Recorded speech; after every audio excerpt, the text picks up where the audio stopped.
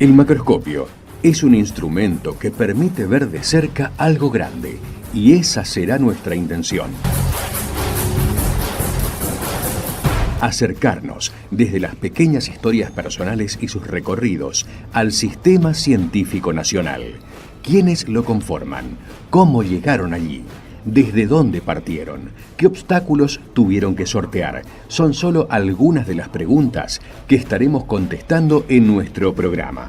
Les invitamos a escuchar estas trayectorias y a sus protagonistas.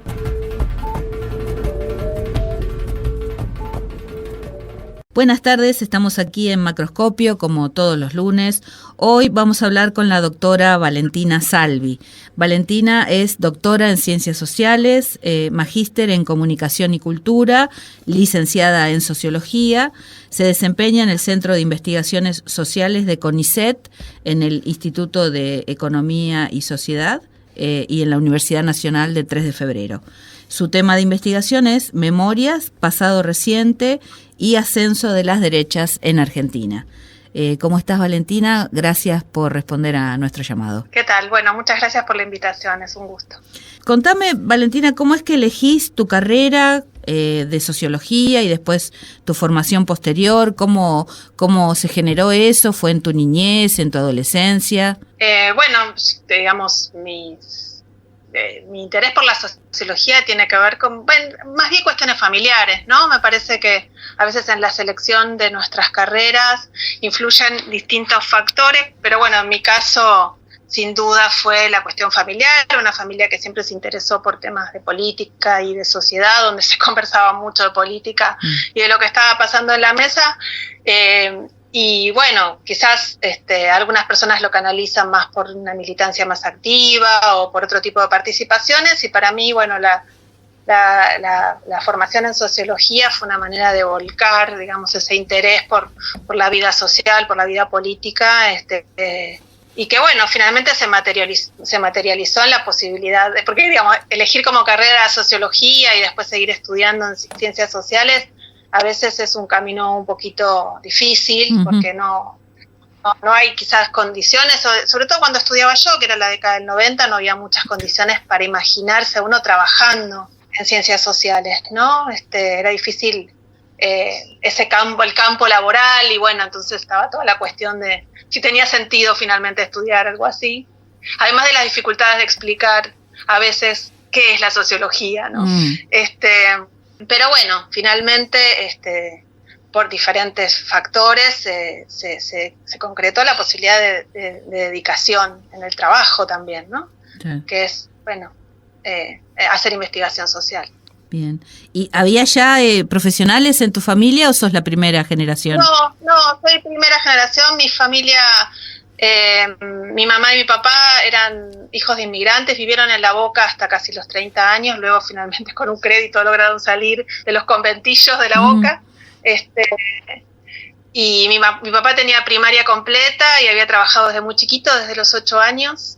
Eran muy pobres en La Boca. Mi mamá pudo estudiar la mitad de la secundaria, pero no la terminó. Igual mi mamá venía de una familia muy particular, una familia de militancia anarquista en La Boca. Claro, ahí hacía por lo menos 2 generaciones, así que era una familia muy lectora, había muchos libros en mi casa. Claro. Mi papá, bueno, también se contagió un poco de eso, y quizás por ahí venía la mano, pero digamos, era una familia que en términos de capital económico no había. Quizás sí había más capital educativo, pero más bien amateur, ¿no? Más bien por lecturas particulares. Mi papá era cooperativista. Claro, tenían toda esa fundamentación, sí. ¿No? Y aparte, bueno, los anarquistas tenían siempre ese gusto por la lectura, ese cultivo por el conocimiento, ¿no? Por saber, la necesidad de que la gente se instruya. Es algo rescatable, totalmente. Sí. Totalmente. Y bueno, después hiciste tu carrera. ¿Dónde te formaste? ¿En la universidad pública? Sí, estudié en la Universidad de Buenos Aires durante la década del 90. Mientras estudiaba era cocinera, así que trabajé muchos años de cocinera, muchos años en las cocinas. hasta que finalmente, bueno, logré ganarme una beca y me fui a estudiar hice la maestría en la UBA, pero mientras hacía la maestría ya me había ganado la beca, y después me pude ir al exterior a completar el doctorado. Me fui a Brasil con una beca del Ministerio de Educación de Brasil, o sea, de CAPES, que es una institución brasilera para la ciencia y la tecnología, y hice el doctorado en la Universidad Estadual de Campinas, conocida como Unicampi, que hoy salió tercera. Estaba viendo los rankings, ¿no? Y que salieron los diarios. La Unicampi salió tercera, mejor en América Latina, y la Universidad de Buenos Aires, en la que también me formé, salió novena. Grandes universidades han formado generaciones y generaciones de excelentes profesionales. ¿Cómo llegás a CONICET? O sea, digamos, en algún momento, obviamente, este gusto y necesidad de conocer y saber se transforma en querer investigar. ¿Hay un pase a eso o siempre estuvo en tu horizonte? No, estuvo en mi horizonte cuando decidí hacer el posgrado, digamos. Uno inicia un posgrado, una maestría y después un doctorado, que son dos instancias distintas y que son bastantes años de formación. Yo creo que por mi caso fueron más o menos 10 años. Es muchísimo el proceso de formación entre una maestría y un doctorado. Digamos, cuando uno inicia una maestría, a no ser que sea una maestría de un corte muy profesionalista, pero en mi caso no fue, bueno, se decide hacer una tesis y después una tesis de doctorado, claro. Es decir, se decide hacer investigación académica y es un proceso de formación como investigador o investigadora. Esos 10 años de trabajo implican una transformación de pasar de una posición pasiva de estudiante, es decir, esto lo digo ahora que soy docente y que formo a otros investigadores ya después de casi 15 años de carrera como investigadora. Pero bueno, ese pasaje no es un pasaje sencillo, salir de la posición de estudiante, de recibir, de leer, digamos, recibir información, recibir conocimiento, a una posición activa de producir ese conocimiento. Claro. Es un cambio subjetivo, personal, es una decisión, hay que ser autor de los textos que uno hace, hay que animarse a ser autor o autora, pero también es un cambio, digamos, personal, pero también es un aprendizaje del oficio, de cómo se investiga, de cómo producir un conocimiento válido, de cómo producir un conocimiento comprensible, que sea pertinente, que tenga valor para los demás, además de otro conjunto de cuestiones que tienen que ver con sobrepasar los propios prejuicios en el proceso de investigación, de revisar, digamos, producir conocimiento respecto de cómo seguir investigando esos temas. Uh-huh. Bueno, es un largo proceso, pero en el momento en que me decidí a hacer el posgrado, creo que, bueno, esa metamorfosis no se da de un día para el otro, es un proceso de aprendizaje. Uh-huh. ¿No? En general se aprende el oficio de investigar investigando con otros, claro, ¿no? No es algo que uno tiene una receta. Exactamente. O que se imparte en una clase, ¿no? Uno lo aprende un día en un buen curso que le dan. Es un proceso de aprendizaje con otros investigadores más grandes, con otros investigadores con más trayectoria, con con colegas, compañeros de trabajo, y se aprende el oficio en ese recorrido y también se va construyendo conocimiento, sí. ¿No? Sí, bueno, aquí en la Facultad de Humanidades, por lo menos, que es donde yo transito como personal también de CONICET, en el Instituto Doble Dependencia, se ve eso, ¿no? La importancia y la diferencia que hay cuando los estudiantes de grado se empiezan a acercar o son convocados a los proyectos de investigación, todo ese camino que se les abre, ¿no? Que también para algunos es desconocido, porque también tendrán, aunque hayan pasado años, como vos comentabas, también es ese paso, ¿no? De decir, bueno, puedo investigar, cómo investigo, qué investigo, en qué condiciones. Creo que eso lo vamos a seguir preguntando por muchas generaciones. Pero digo, me parece que es parte también del trabajo, ¿no? Y de tu profesión o el de otras profesiones de ciencias sociales y humanidades, el ir formando a esa gente, ¿no? Esos alumnos que pueden seguir la carrera o no, digamos, no es el único camino, pero necesariamente el trabajo en equipo y conocer desde ese lugar me parece interesante que lo destaques, porque realmente es así. Sí, y digamos, no es fácil, ¿no? No es fácil, pero en general hoy en día se trabaja en equipos, ¿no? Es muy raro que uno pueda hacer una carrera en solitario, no necesita esa formación en equipo porque es en ese diálogo intersubjetivo, es decir, poniendo en juego formulaciones, revisando las evidencias, trabajando en la formulación de argumentos de manera intersubjetiva con otros colegas, con otros compañeros, es que se produce esa objetividad del conocimiento, digamos. Necesita de ese proceso de ida y vuelta con el otro para testear, para confirmar, para corroborar, para desechar, porque también desechamos, digamos, también sostenemos ideas que después o sostenemos ideas o conjeturas más bien, ¿no? Supuestos que después revisamos, que después desechamos, modificamos, todo eso lleva un aprendizaje. Es un proceso colectivo además también, ¿no? Más allá de que siempre haya uno o un par que estén en el tema o destaquen o tengan un camino más justo. Un joven o alguien que recién empieza, qué sé yo, tiene que estar también motivado subjetivamente, definitivamente, con sus intereses de investigación, ¿no? Definitivamente. Hacemos la primer pausa, Valentina, y volvemos en unos minutitos. Macroscopio, ciencia y sociedad.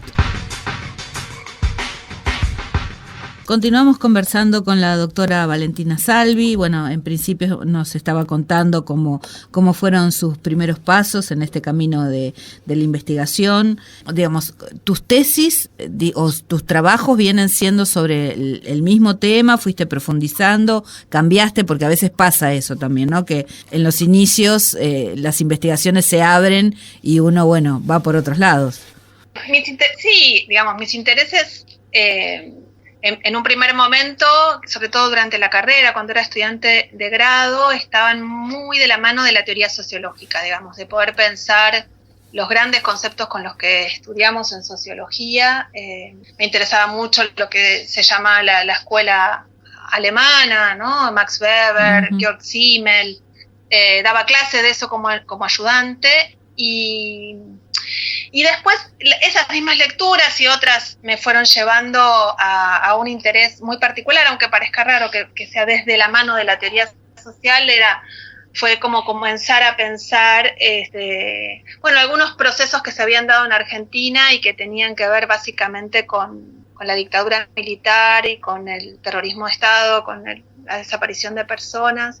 Y ese recorrido me fue llevando quizás a una cuestión que había sido no del todo considerada, digamos, en los estudios hasta ese momento, apenas incipientes, eran temas que se empezaban a investigar y que tenían que ver, si bien la memoria o las memorias sobre la dictadura y sobre la violencia política de la década del 70 tenían cierto desarrollo, lo que recién empezaba a ser como un interrogante era, cómo eran las memorias de quienes fueron actores centrales, protagonistas primeros, digamos, de la dictadura y básicamente cuáles eran las memorias de los militares en un sentido amplio, ¿no? O sea, cómo los militares, en el momento que yo los estudié, que fue principio de los años 2000, se posicionaban respecto del pasado reciente, se posicionaban respecto de la dictadura, se posicionaban respecto del terrorismo de Estado y sobre todo de sus propias responsabilidades en relación a eso.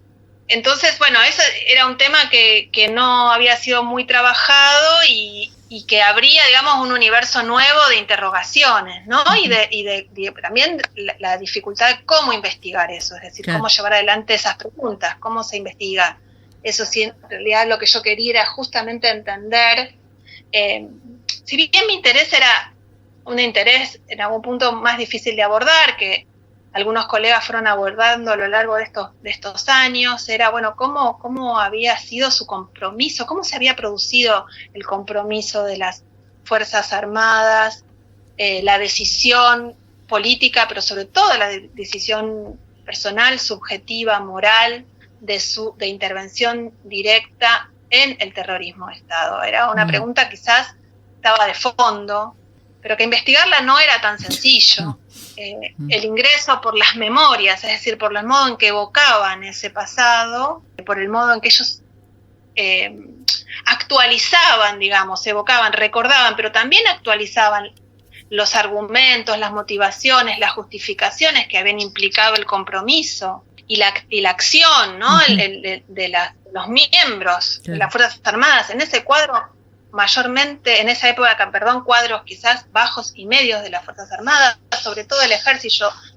Yo trabajé sobre el ejército argentino, cómo a través de esas representaciones sobre el pasado, de algún modo también me podían hablar de cómo se posicionaron ellos y cuáles fueron justamente los valores, ¿no? Las prácticas, los sentidos que habían posibilitado su acción en una metodología represiva o en un modo de acción represivo que implicó la violación de los derechos humanos más fundamentales, ¿no? Sí, sabemos, pero no está de más, nunca está de más recordarlo, ¿no? Y traerlo a cuento. Esto vos me decís que lo empezaste en los 2000. Hubo, obviamente, quiero creer, o pienso, hubo un cambio en ese discurso a partir de la primera gestión del gobierno de Kirchner, en donde los juicios de lesa humanidad toman como más fuerza, ¿o no? ¿O eso pasó sin cambios? Digo, lo que vos estás hablando, ¿no? Específicamente de dónde se posicionaban ellos, esa reivindicación, ese discurso. Mirá, justo yo comencé el trabajo de campo, es decir, comencé a hacer entrevistas a oficiales en actividad en ese momento y oficiales retirados en ese momento, justo en el contexto en el que se abren la posibilidad del inicio de los juicios, es decir, 2003, 2004, 2005, 2006. Digamos, por una cuestión de que en ese momento yo estaba haciendo mi doctorado, entonces fue ese momento en el que hice ese trabajo de campo que inició, digamos, mis líneas de investigación. Entonces fue un contexto bastante particular porque si por una parte ellos buscaban algunas estrategias o ponían en juego algunas estrategias para resistir a los juicios, es decir, para que los juicios no se celebren, ellos visualizaban la posibilidad de dar entrevistas a personas que venían del ámbito académico como un modo de poner en el espacio público, de llevar adelante algunos de sus sentidos sobre el pasado, de algunas de sus posiciones frente al pasado, para producir algún tipo de empatía, para producir algún tipo de algún modo. Fue esa la motivación por la que yo logré hacer las entrevistas, sobre todo en oficiales retirados, es decir, en oficiales que habían tenido, o que habían sido al menos contemporáneos de la dictadura, es decir, que habían tenido algún cargo durante la dictadura. Entonces, efectivamente fue un momento de bisagra, digamos, sobre todo porque 10 años después, buena parte de los oficiales retirados, tuvieron que comparecer ante la justicia, ¿no? Entonces sí, es un cambio además, al mismo tiempo, ellos mismos fueron perdiendo sus propios espacios a partir de los cuales podían viabilizar sus demandas y sus necesidades. Sobre todo porque también en paralelo en el que iban comenzando los juicios, las distintas conducciones del ejército fueron tomando medidas de la mano de la decisión del Ministerio de Defensa de no proveer más de ayuda a los oficiales acusados de violaciones a los derechos humanos, de abogados, o sea, que el ejército o el Estado provea a los abogados o que ayude económicamente. Es en ese marco que también surgen las llamadas organizaciones de memoria completa, que son asociaciones de familiares, de camaradas de estos oficiales, que de distinta manera son los que comienzan a proveerles ayuda para que ellos puedan afrontar los juicios, ¿no? Entonces sí, sin duda es un punto de bisagra donde ellos ahí, digamos, llevan adelante un discurso que tiene mayor pregnancia y que llega hasta el día de hoy, y que es poner en primer lugar una memoria del pasado que se centra más bien en el recuerdo de los oficiales o de los civiles que fueron asesinados por las organizaciones armadas. Digamos, darle una centralidad a esta figura les permitía también en ese contexto poder producir un poco más de empatía o poder visibilizarse ellos también a partir de estas figuras.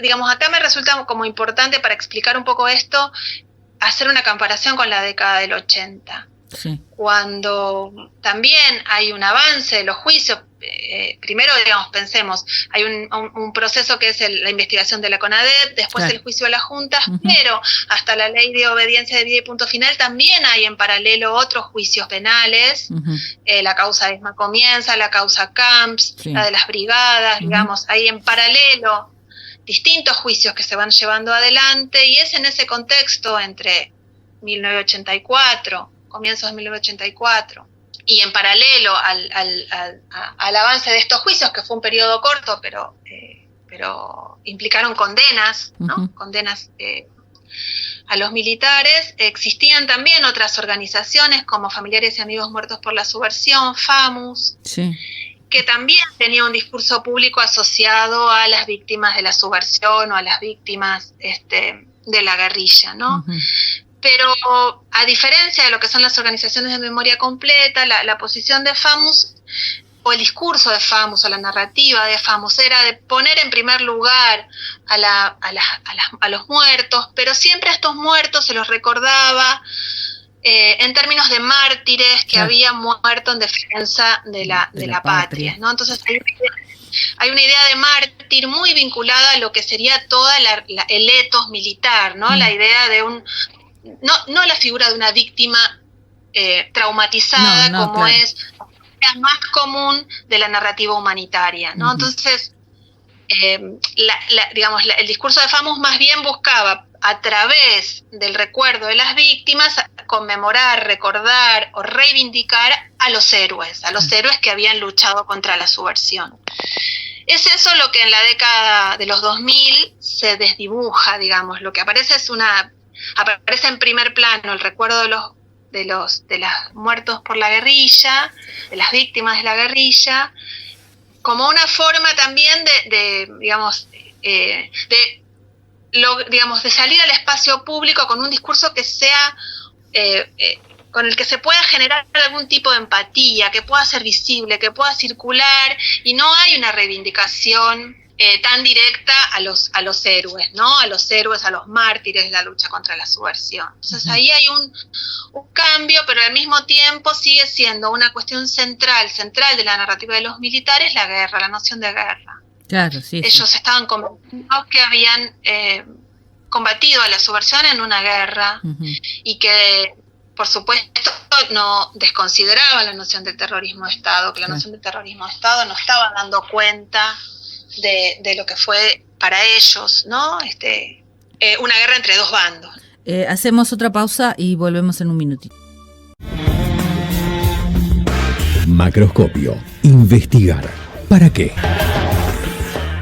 Continuamos hablando con Valentina Salvi. Bueno, estamos hablando de temas muy importantes, como fue, estos primeros años de juicios a militares, sus primeros acercamientos a estos temas.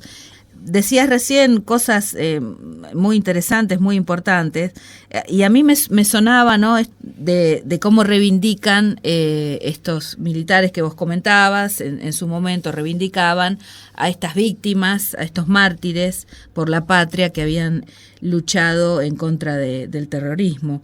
El tema de los números, eso es algo que siempre a mí me sonó mal, porque siempre se exige y se desmiente una cantidad de números de víctimas del terrorismo de Estado, de desaparecidos, pero nunca se habla de la cantidad de víctimas de los supuestos muertos en las fuerzas de seguridad, o de los otros que murieron por acciones de las fuerzas de combate de las diferentes organizaciones políticas. ¿Eso en algún momento se incluye en tus investigaciones? ¿Hay alguna mención, algún debate? A ver, yo no investigué concretamente el accionar de las organizaciones armadas en la década del 70.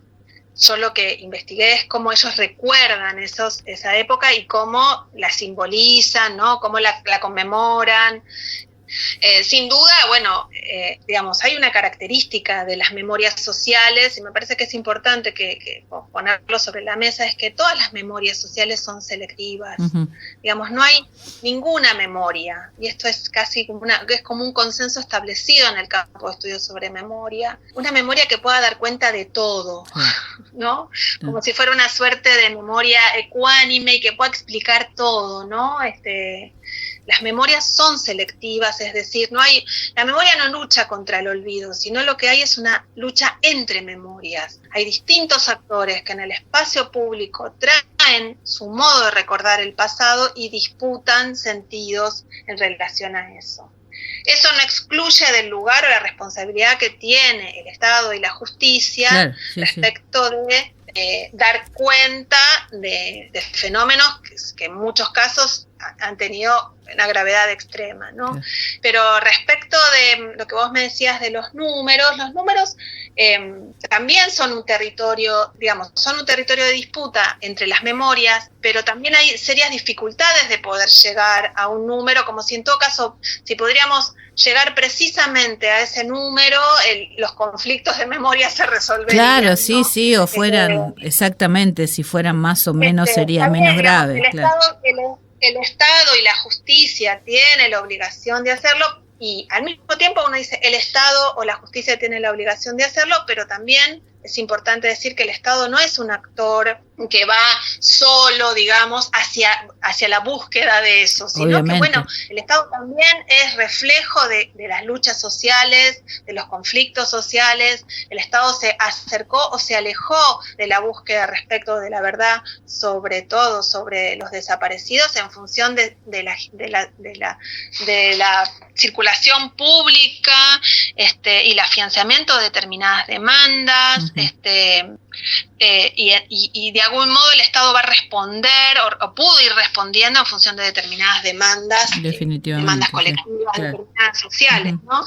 La CONADEP arribó por una parte a un número, pero ese número sabemos que es provisorio y que siempre se está modificando, porque bueno, la demanda fue respecto de que el Estado responda por la violencia cometida por el propio Estado, ¿no? Claro. Eso es una demanda fundamental. Uh-huh. Ahora, en todo esto, digamos, en todo este proceso, con los juicios, con los primeros juicios de los 80, con el avance que hubo en los 2000, ya con los casos más, las megacausas, estos casos que al principio no tenían tanta notoriedad, pero que después se fueron instalando por la lucha de los organismos de derechos humanos, familiares, madres, abuelas, etcétera, etcétera.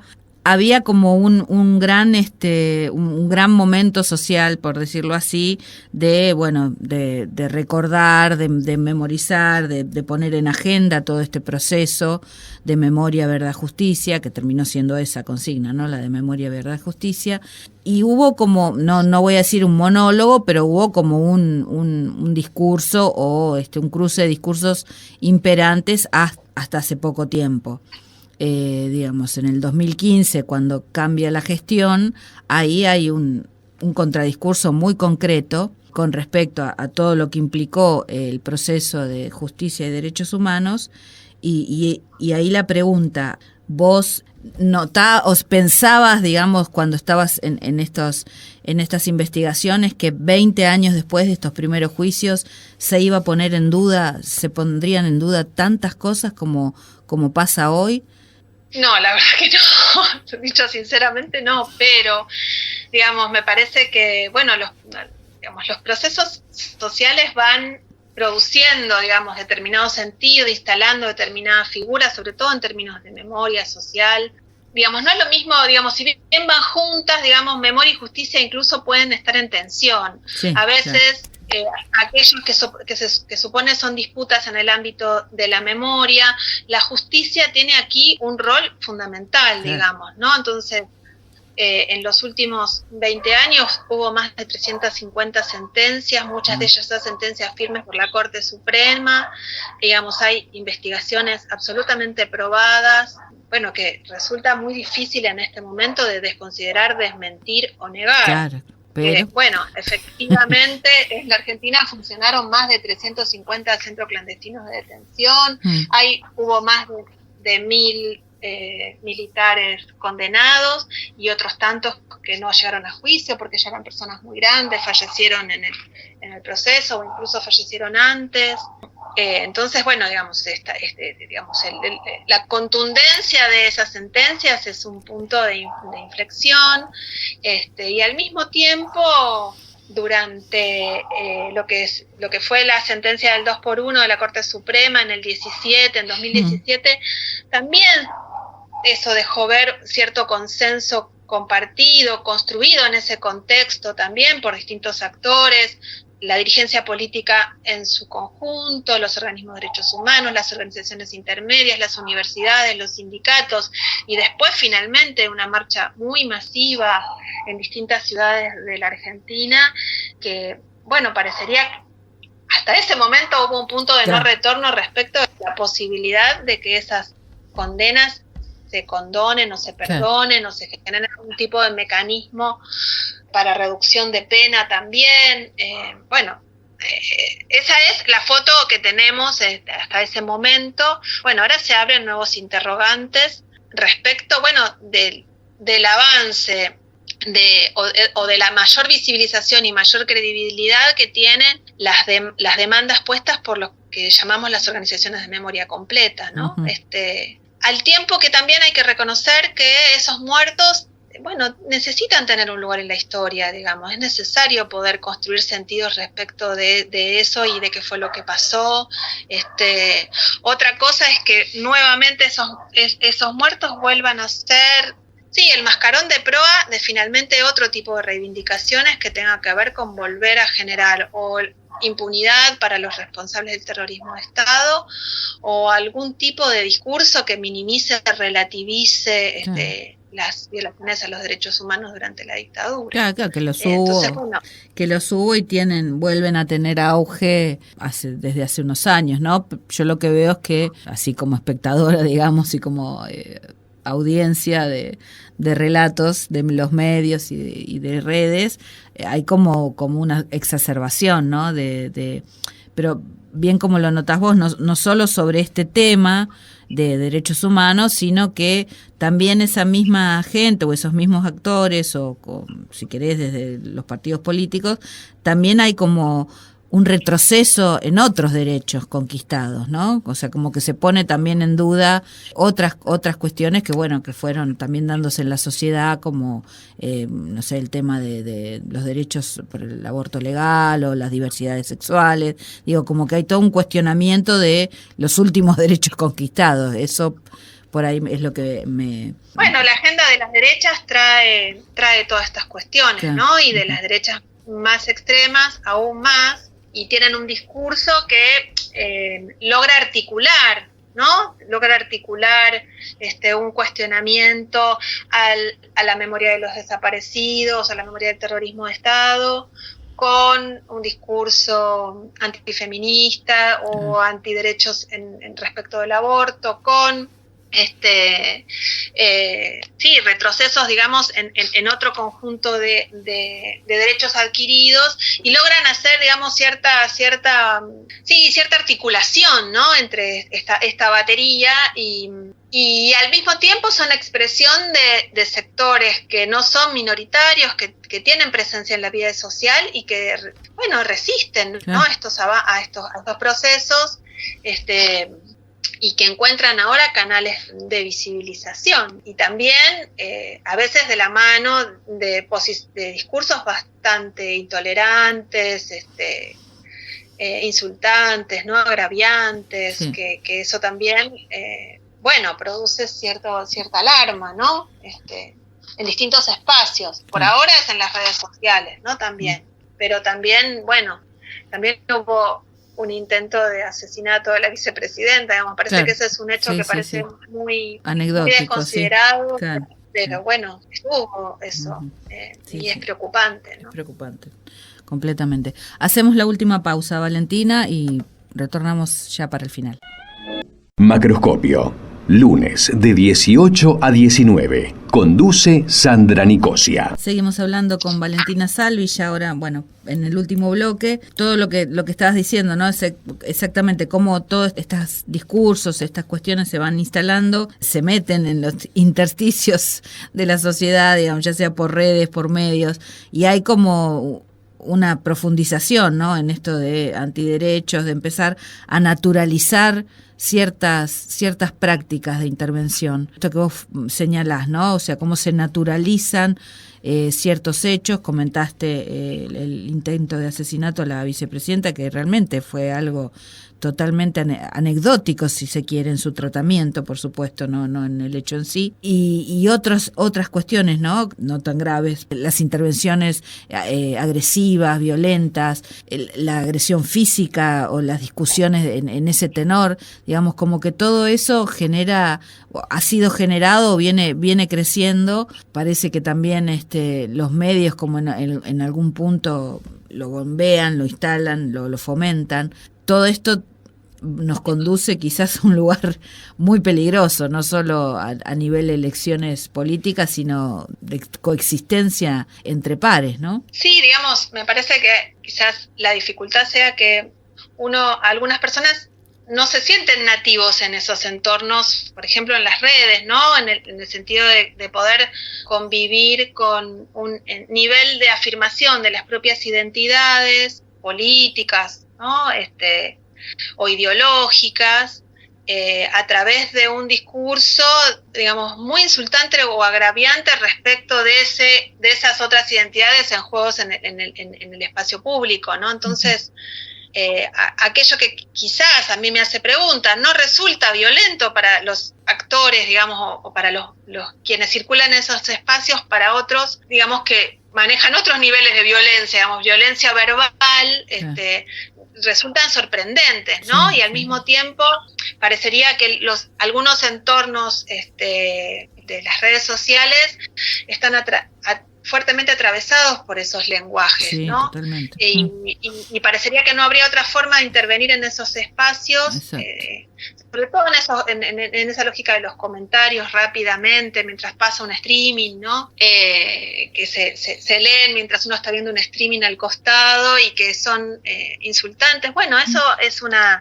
presencia cada vez más, sí, más corriente, claro, ¿no? Claro. Que bueno, implica nuevas formas de socialización en esos espacios, de sociabilidad, de intercambio. Claro. En esos espacios, ¿no? Que a mí en lo personal no me gustan, digamos, no me interesa eso, pero que parecería que es un espacio habilitado de participación, uh-huh, de acción. Claro, política, definitivamente. En esos sí. términos. No de reflexión, definitivamente, pero sí de práctica, sí, porque realmente hay gente que pasa todo por las redes y es un arma de doble filo. Ahora, en esta cuestión que decíamos de esto de cuestionar y de volver para atrás y de poner en tela de juicio ciertos derechos adquiridos, también, como sabrás, como investigadora del CONICET, caímos en la volteada, los trabajadores de CONICET. Incluso hubo compañeros que han sido agredidos verbal y físicamente en la calle, estando en su campaña, en su trabajo. Además, particularmente las ciencias sociales es algo que se entiende menos que otras ciencias, ¿no? Parece que no queda muy claro qué hacen los cientistas sociales o los científicos sociales. Entonces, te quería pedir para el cierre, en estos últimos minutos, que me digas cuál es la importancia para vos de que exista cientistas sociales y de que la ciencia esté en manos del Estado. Nada más que eso te pregunto. Bueno, buenísima la pregunta, digamos. Las ciencias sociales son parte de la vida de las personas, digamos, ¿no? Los que hacemos ciencias sociales producimos conocimiento y saber que permite producir una suerte de espejo donde mirarnos, ¿no? Permite salir de ese espacio de discusiones, de disputas, de tensiones o de negociaciones del día a día, parar la pelota poder por un minuto producir una forma de conocimiento que permite reflexionar, pensarnos para atrás, imaginarnos para adelante. Por eso las ciencias sociales cumplen una función fundamental.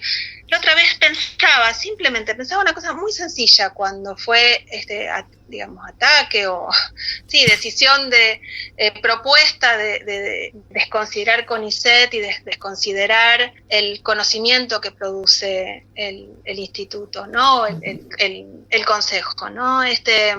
Pensaba, ¿cómo hago para sentarlo a mi hijo de 8 años a decirle que estudie ciencias sociales y ciencias naturales y que eso sirve para algo?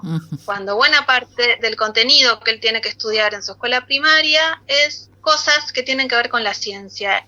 No solo que se siente estudiar, sino que pueda ingresar en ese universo, con interés, con emoción, con preguntas. Digo, ¿cómo lo siento a mi hijo? Y le digo eso si cuando circula un sentido común que piensa que no tiene ningún sentido, que no tiene ningún valor, que no produce ningún valor social, la producción de conocimiento. Me parece que cualquiera que desee además fervientemente, ¿no? Y que considere que hay un valor en que sus hijos estudien, se detiene y piensa un minuto que esa ciencia natural o esas ciencias sociales que estudian sus hijos en la primaria es el punto, digamos, un elemento más de un proceso muy complejo que construyen un montón de actores, sobre todo porque la ciencia es una forma de discurso muy compleja, producida muy a largo plazo, con muchos actores en juego, con mucha discusión, es colectiva, es internacional,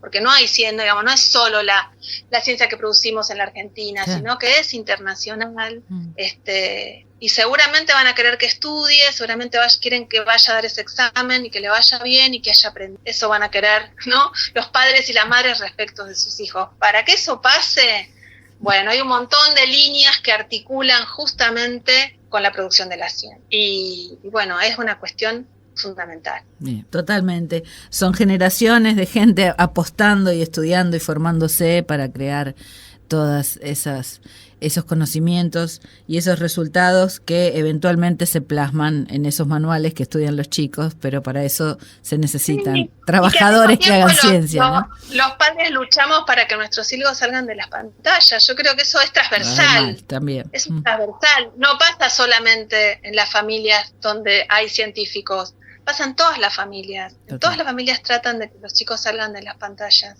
¿Por qué? ¿Por qué se produce ahí? Sí, se producen un montón de cosas, pero queremos que nuestros hijos estudien. Bueno, ¿cómo vamos a hacer que nuestros hijos estudien si decimos que las ciencias no sirven? No hay forma de sostenerlo. Es fundamental, fundamental, ¿no? Totalmente. Totalmente. Así que por eso seguimos apostando a la generación de conocimiento, a que ese conocimiento se conozca y se difunda, porque esa también es una pata importante, a reflexionar sobre cómo somos, quiénes somos y cómo queremos ser y cómo podemos ser. Claro, porque si ese conocimiento no se produce, no va a llegar a ninguna escuela, no va a llegar a ningún manual. Exacto. No va a haber ninguna maestra que lo pueda, ¿no? Que lo pueda enseñar en un pizarrón. Sí. Y no va a haber chicos que lo puedan estudiar. Fundamental. Ese primer escalón que son todos los pensadores, ya sea del organismo y de otros organismos también y de las universidades, obviamente. Claro. Valentina, te agradezco muchísimo por todos tus conceptos y por tu tiempo y bueno, a seguir adelante con estos temas además que son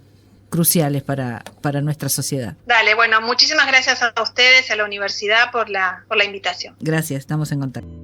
Hoy escuchamos Federal y Miseria de Ángela Tullida, Just Like Heaven de The Cure y Volver de Carlos Gardel.